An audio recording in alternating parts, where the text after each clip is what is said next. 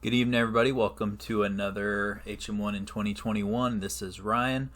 Please let me know what you guys think of the audio quality. I just got a new mic that is not a headset, so please let me know if there's any issues in hearing it, as I will also verify after I've recorded this video. Today we're going over BUMED instruction 5040.2 Delta, which is all about the command inspection program. If you're taking the HM1 exam, you probably know this a lot more familiar as MEDIG.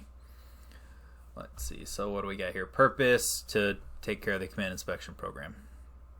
Background gives you information on MEDIG, which hopefully at this point is pretty obvious for you.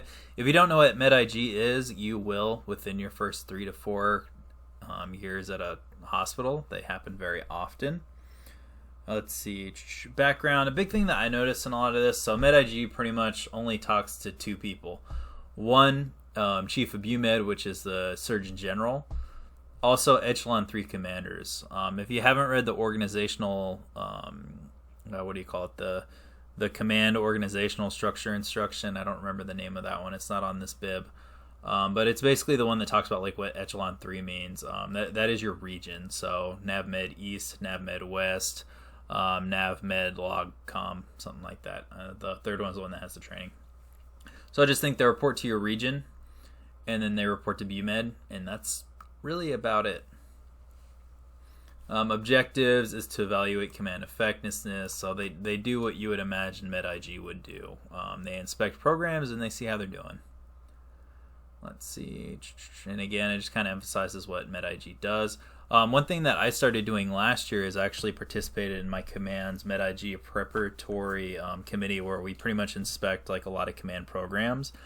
If you're looking for something to do, I recommend trying that collateral if they have it at your hospital when you get to one, because it's really cool. Like, I've learned a lot about different programs, and it's just a cool way to like think like a MEDIG inspector, and it'll help you prepare when you have your own inspections too, which is arguably even more important than knowing this bib. Let's see. So there's 2 types of findings. One of them is called a requirement for improvement, so RFI, or a supplemental finding. An RFI basically means it is jacked up, so requirement for improvement, not recommendation. It is required that you improve this program, which is typically, again, non-existent program or majorly deficient, and it's not fulfilling the intent of the policy set forth. The supplemental finding is what it basically says there's some sort of deficiency, but in general, as it says here, it meets the I think I scrolled down a little bit too much.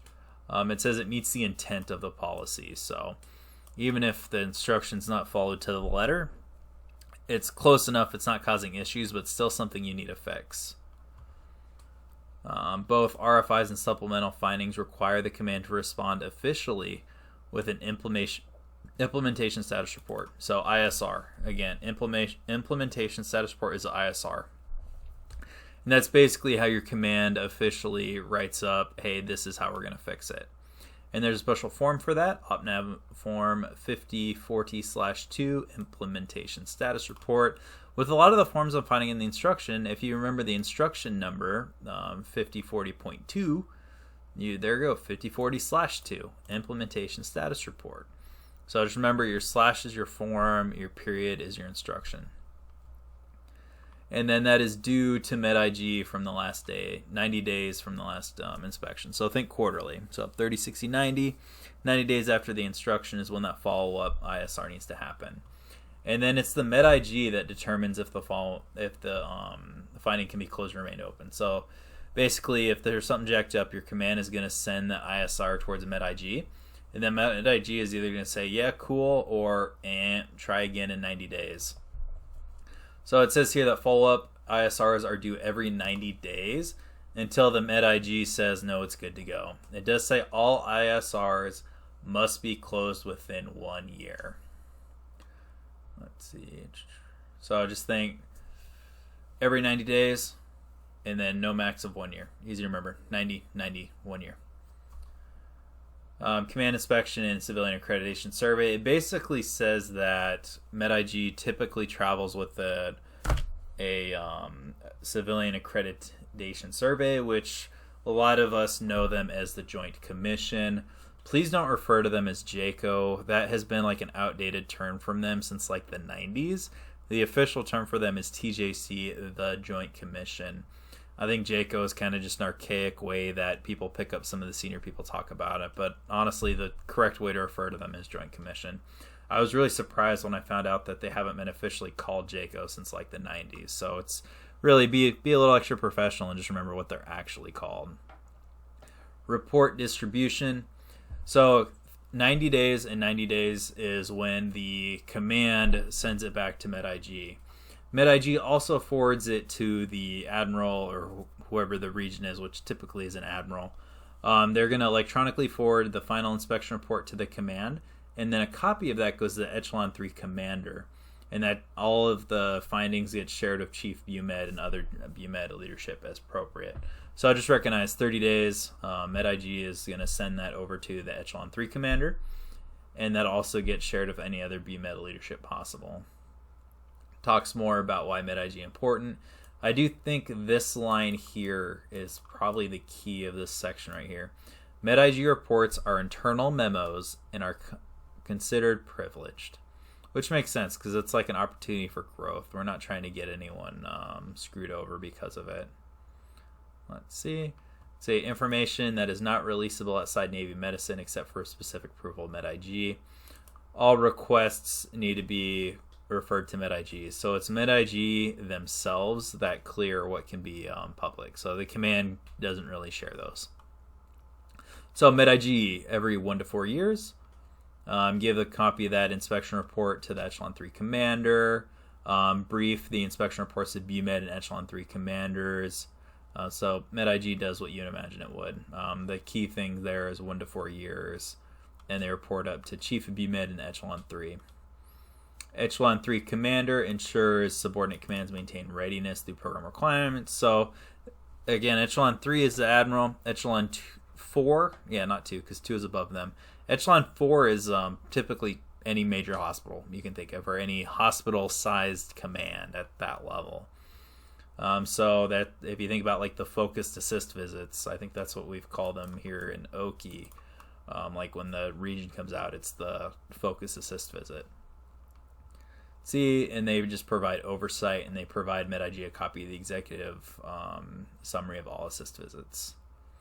COs, they appoint a primary and alternate POC for the inspection stuff, which is a team that I'm part of. I'm not the main POC because I know at our command that that's someone's like full-time job, but I'm part of their team to help out. And again, here's another form. I'll touch more on the forms later, but again, look, 50-40. If I have a form and it's like which one is the inspection something or other, if I'm totally guessing, I would pick whichever one is a 50-40 / because there's only 3 of them, but we'll look at that at the bottom. Yep, here's the other one, which we'll talk about that again. And this is kind of like the review stuff at the end of the chapter. There's really not much that's important here, but here are those 3 forms. So OPNAV 50-40 / 2 is the ISR. Recognize that the only one that is an OPNAV is the ISR. So OPNAV 50-40 / 2 is the implementation status report. The NAVMED 50-40 / 8 is the MEDIG command inspection planning worksheet. And the NAVMED 50-40 / 9 is the command inspection information sheet. I'm trying to think of a way to remember that. I think just 8-9. Worksheet first, then information sheet. So 50-40 / 8 planning worksheet, 50-40 / 9 information sheet. All right, it's a quick video because it's only a 4-page instruction. I honestly think the biggest parts about this instruction for you to know are basically the acronyms. So what is an RFI? What is a supplemental finding? What is an ISR? Who does it go to? What is the time frame? So you see your 90 days, your 1 year. The 30 days is when MEDIG is going to send the info.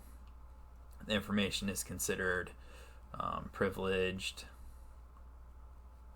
Yeah, MEDIG comes every 1 to 4 years in the forms. So I hope you guys enjoyed this short little video. I've been a little bit busy at work this week, so I haven't been doing videos as much as I want, but I do have a giant folder full of instructions I plan on doing at the end of the week. Honestly, my goal for this cycle is just to make these videos. Next cycle is when I'm really going to start studying. Now that I kind of have a handle on YouTube and recording how this all works, I'm probably either going to try to set up study groups through my Discord channel, or also through, I might try to do a YouTube live stream. But I think it's really beneficial to look at the instructions when I'm talking about it. So I'll probably try to do something that I can do the screen cap software, which to my knowledge I can't do with YouTube. But that's it. I hope you guys have a good night and enjoy. Happy studying. We got about a month to go. Less than that.